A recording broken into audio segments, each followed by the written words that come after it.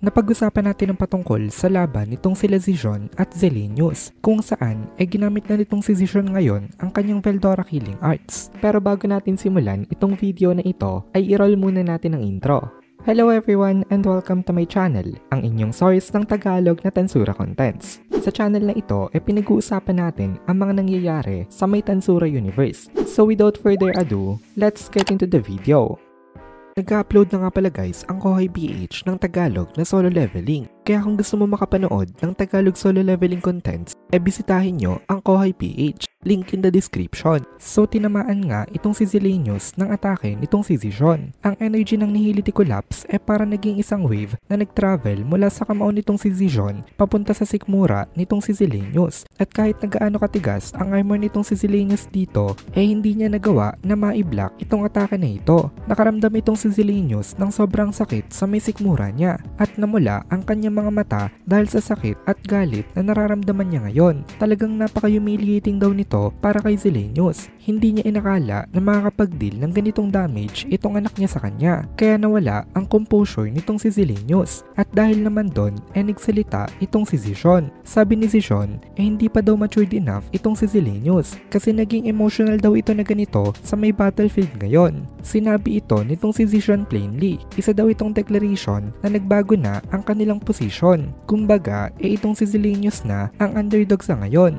Kasi from that point, nagsimula na nga ang mga fierce na counter-attacks nitong si Zijon dito. Clearly, habang tumatagal ang laban, lalong lumalakas itong si Zijon. At ang katawan niya nagiging rainbow in color. Patuloy siyang lumiliwanag, indicating na lahat halos ng exoskeleton na nakakover sa katawan niya nag-evolve na rin into Hirokane. At ang power ng kamao nitong si Zijon ngayon talaga naging napaka-overwhelming. Hindi lang power, kundi pati ang kanyang speed. Masyado naging mabilis ang kanyang pag-accelerate sa time na sobrang bilis na dinaig pa nito ang divine speed nitong si Apito, na kung matatandaan natin sobrang bilis na nga lalo na nag-undergo na siya ng kanyang evolution. At tandaan natin na speed ang specialty nitong si Apito, pero maging doon naging mas mabilis sa kanya itong si Zijon. Amaze na amaze itong si Zilenius sa nasasaksihan niya ngayon. Ang dahilan pala talaga kasi nito nagsisirculate kasi sa may katawan nitong si Zijon ang Nihility Collapse energy. Itong extremely dangerous na power na ito nagsisirculate sa may buong katawan ni Zijon na para bandugo niya. Sa sobrang lakas daw ng power nitong Nihility Collapse, easily nito na kayang wasakin ng mundo kapag na-mishandled itong power na ito. Kaya talaga nakakatakot itong power na ito nitong si Rimuru. Dahil nga rin dito sobrang bilis na ng growth nitong si Zijon,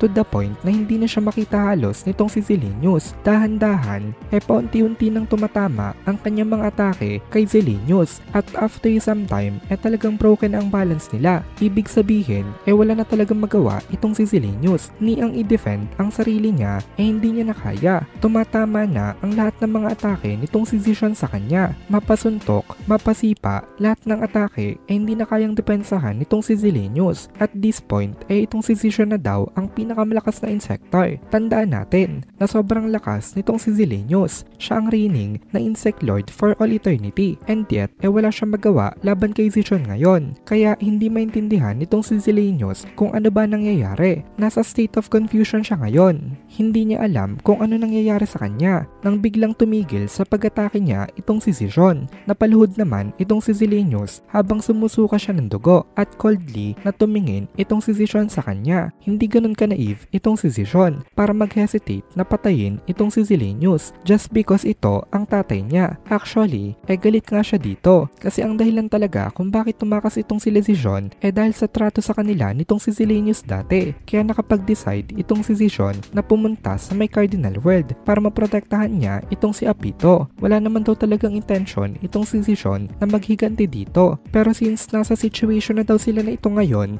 mukhang ito daw ang nakatadhana talaga. Although maraming ang atake ang ginawa nitong si Zijon kay Zilenius, wala daw mortal wound doon. At eventually, gagaling pa rin daw itong si Zilenius. Naiintindihan ito nitong si Zijon. Kaya ngayon, balak niya nang idil dito ang talagang finishing move. Kaya with all his might, ini-unleash na-unleash na nitong si Zision ang kanyang Dimensional Storm. Isa daw itong force na talagang wawasak sa kahit na ano at wala na itong si Zillenius na lakas para pigilan pa ito ngayon. Pero biglang nagsalita itong si Zillenius na teka lang daw, ngayon shattered na ang exoskeleton nitong si Zillenius at putol-putol na rin ang mga limbs niya. Nag-reply naman itong si Zision dito na kung magmamakaawa daw itong si Zillenius ngayon para sa buhay niya ay hindi daw ito worth it kasi alam naman daw nitong si Zillenius na hindi gagana ang pagmamakaawa niya. Pero nag-reply itong si Zillenius na hindi daw yun ang dahilan. Sabi nitong si Zillenius itong si Zision na daw ang panalo sa may laban na ito. Tinatanggap niya na daw ang kanyang pagkatalo at dahil daw doon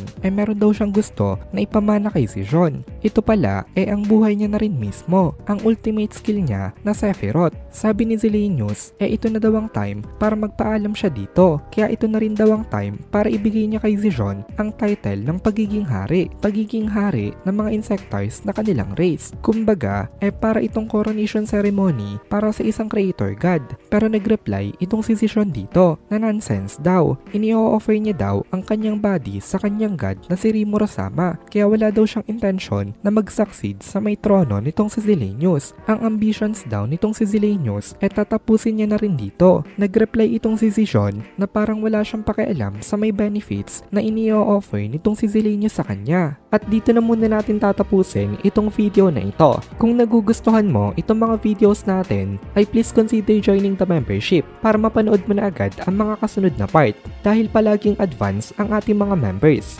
Also ay please consider leaving a like at mag-comment ka na din para ma-boost naman tayo ng algorithm.